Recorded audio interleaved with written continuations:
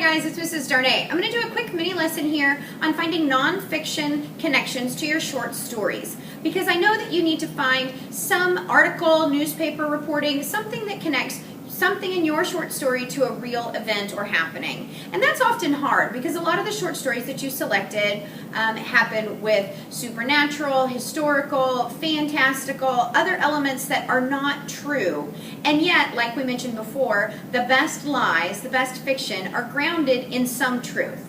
Now I'm going to use the Cask of Amontillado as an example because I know you've read it and so have I, and there are some kind of fantastic elements of it that we might not be able to find a one-to-one reference for.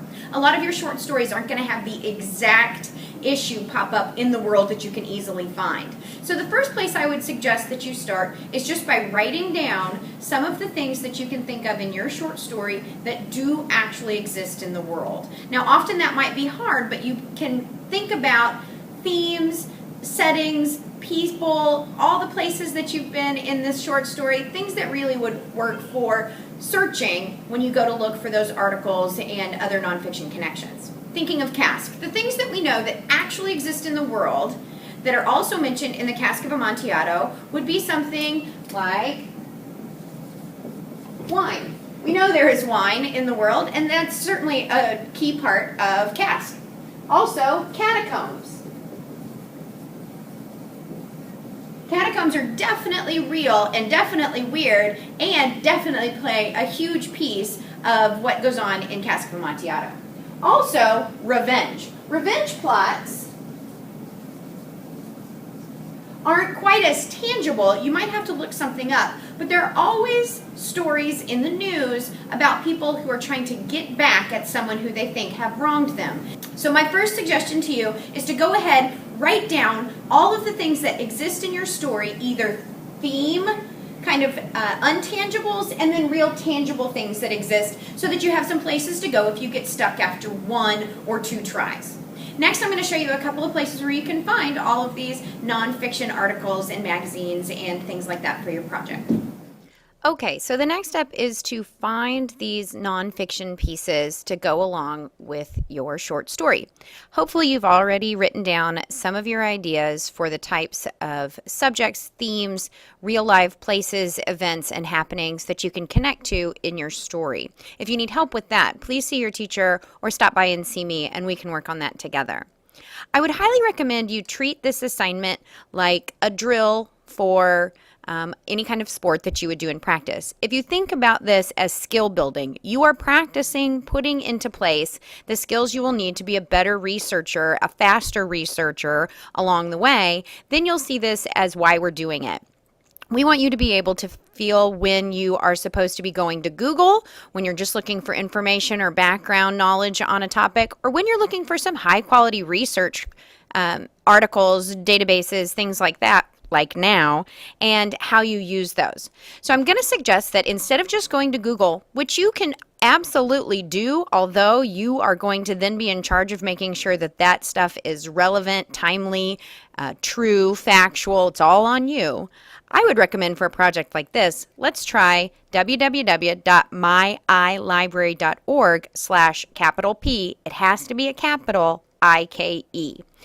When you go to myilibrary.org/P IKE, you are going to come to the home page here that has a lot of databases and high quality links to research style places to find quality expert articles, journal entries, things like you would use in a research paper, not just potentially answers.com or stuff that might be written by some crazy person out there in the internet land.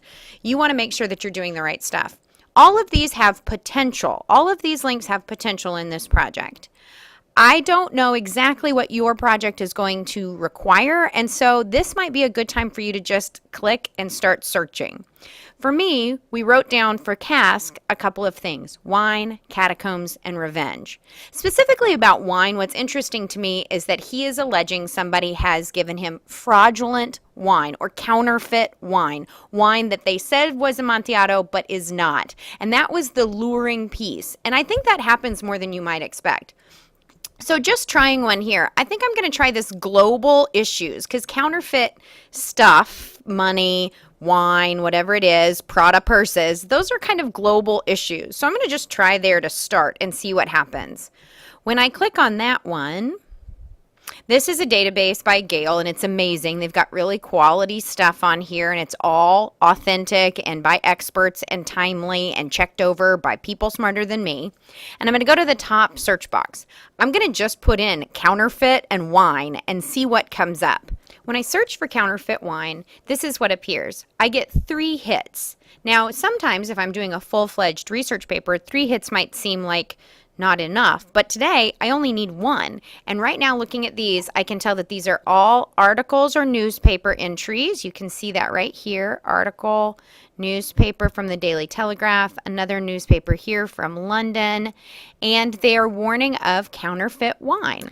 Now, if I wanted to go with catacombs as my search, and I did it in global issues in context, I'm not sure if catacombs are a true global issue, but we can certainly look and see what comes up. Looks like I've got some information here, global viewpoints, people who love to go and search the catacombs. It looks like there's some news about a skeleton that could be famous that was found in a catacomb.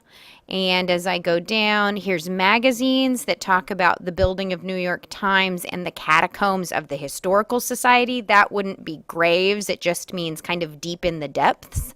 So you may have to dig a little deeper, but it looks like there are some references to the catacombs in global issues in context. If I go back to my myilibrary.org/PIKE main page, I might look and see if in world history there is some better information on catacombs, since they were used in ancient history to bury people and to keep graves. So let's search in something that might be closer related to that subject. Here in the catacombs, it talks very specifically, what is a catacomb? Here's some general information about different catacombs. Here's some images, pictures. This might be a better place to dig for some information on catacombs. Now, the other topic that we had looked at was revenge. So if I go back to my myilibrary.org/PIKE, how would I find articles that deal with revenge plots? This one is a little less tangible and specific, so you might have to dig a little harder. But I think if you just start going through some of these links, you'll find them. The SIRS Researcher and Government Reporter is a very good database. The Discoverer is very good. Opposing Viewpoints in Context, these all have really great potential. Also, you might start looking at newspapers. The Indianapolis Star archives are located here. You could type in revenge plot and just see if anything comes up. Cycle of Revenge. Spielberg aims to instruct on progression of violence. I'd have to read that one. Wouldn't know that. Oh, here's a targeted killer and a revenge slaying. Arson. And revenge with arson. It looks like even in the local news there could be some information about revenge plots. You would have to read some of these and see what connects best, but I think you could find them that way as well. Research is not supposed to be easy and straightforward. It, in its nature, is you digging for information. So please practice your skills and use this as a way to get better so that when the 10-page research paper comes landing on your desk, you won't be quite as intimidated and you'll know where to go to find some of the information you need.